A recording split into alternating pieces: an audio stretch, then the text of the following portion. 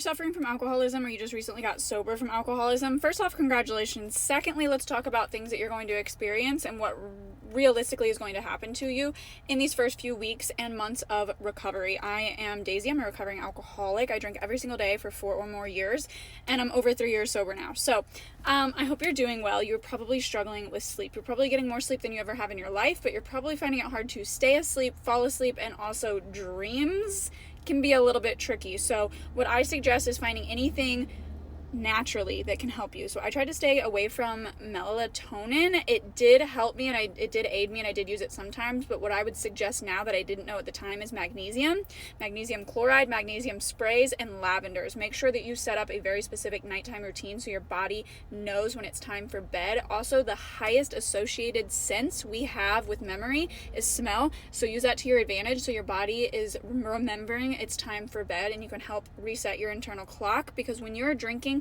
you're closer to being unconscious than you are actually sleeping. So one of the things that we got to get good at again is actually sleeping, even though it might have felt like you had plenty of sleep when you were drinking. You weren't. That is what I would recommend. I have a diffuser. I always use lavender sprays. I like to use bath soaks with lavender and melatonin as well, if I can get my hands on it. But my favorite is magnesium, and I do little sleepy mocktails with magnesium as well, tart cherry juice, all of those things. So you also are going to want to rest when your body tells you to rest. You're going to want to hydrate. So you're going to want to replace the amount of alcohol you were drinking, which was probably nonstop all day long, just like it was for me and many other alcoholics, with another liquid beverage. Okay, start as healthy as you can. Sparkling water is a really good option. I didn't get into that for like a year, and now it's not really my thing, but I love the Target brand Good and Gather watermelon lime.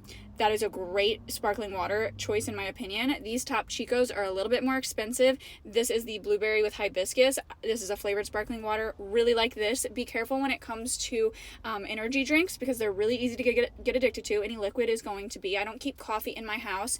The V8 Splash energy drinks are really good, and they have caffeine derived from green tea. So highly recommend as like a safer alternative and option. Again, only drink one a day, okay? They're energy drinks, and that's at maximum, and this is just so that we can slowly integrate to get even healthier, right? But I was addicted to Red Bull.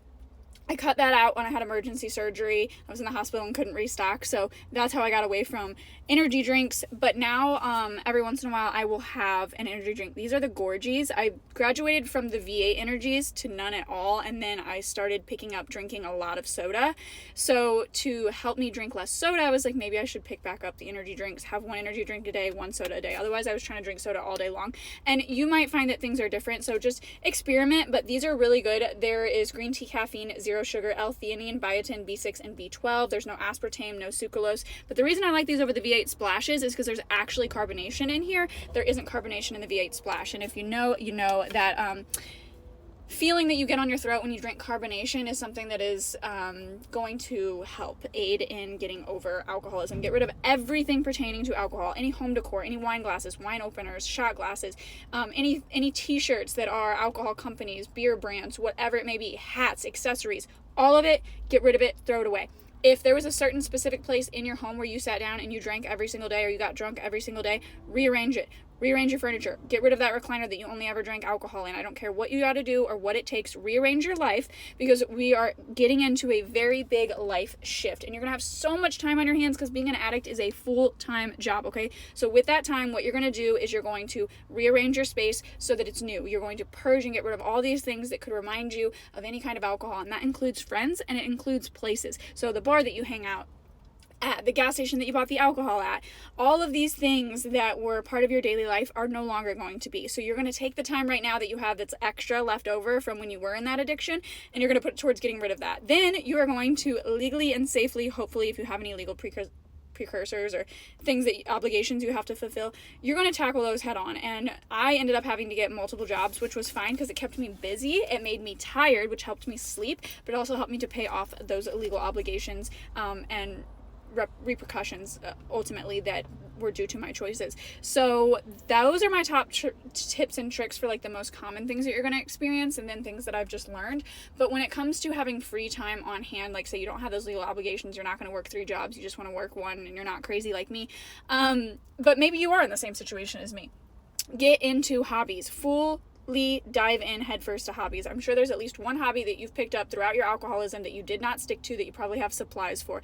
Doesn't have to be a crafty, creative hobby. For me, a lot of them were, you could get into roller skating. Go to the thrift store and see if you can find roller skates. Go to the thrift store and thrift stuff, upcycle stuff, get stuff out of the trash and try to upcycle it and sell it on Facebook Marketplace for extra money. Sell off the furniture that reminds you of how much you drank and get rid of it. Sell all the alcohol decor. I had an entire wine themed kitchen lot that I sold on Facebook Marketplace to get rid of it, and I redid my kitchen in a lemon theme, and then we moved and I got rid of that as well. So just know that it is going to seem lonely, and with that free time there are so many things that you can do to help integrate this new life into your current or past one, because we can't change everything all at once. So it's slow steps. When you can't afford therapy, get into it. If there are free counseling services in your area, look it up. If there are classes that you want to attend, go to them. If you need a sense of community and you are religious, go to church. If that's not something that you're into, find a community. Post on TikTok, message me, do anything that you can to find your people and get inspiration, okay? And connect to people. If you're having a weak day or a weak moment, tell a loved, trusted person. If you feel like you're going to go drive and get alcohol, give your freaking keys to someone.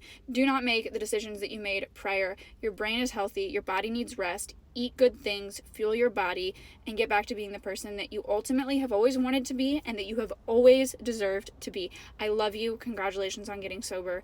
I wish all the best for you, and let me know if you have any questions.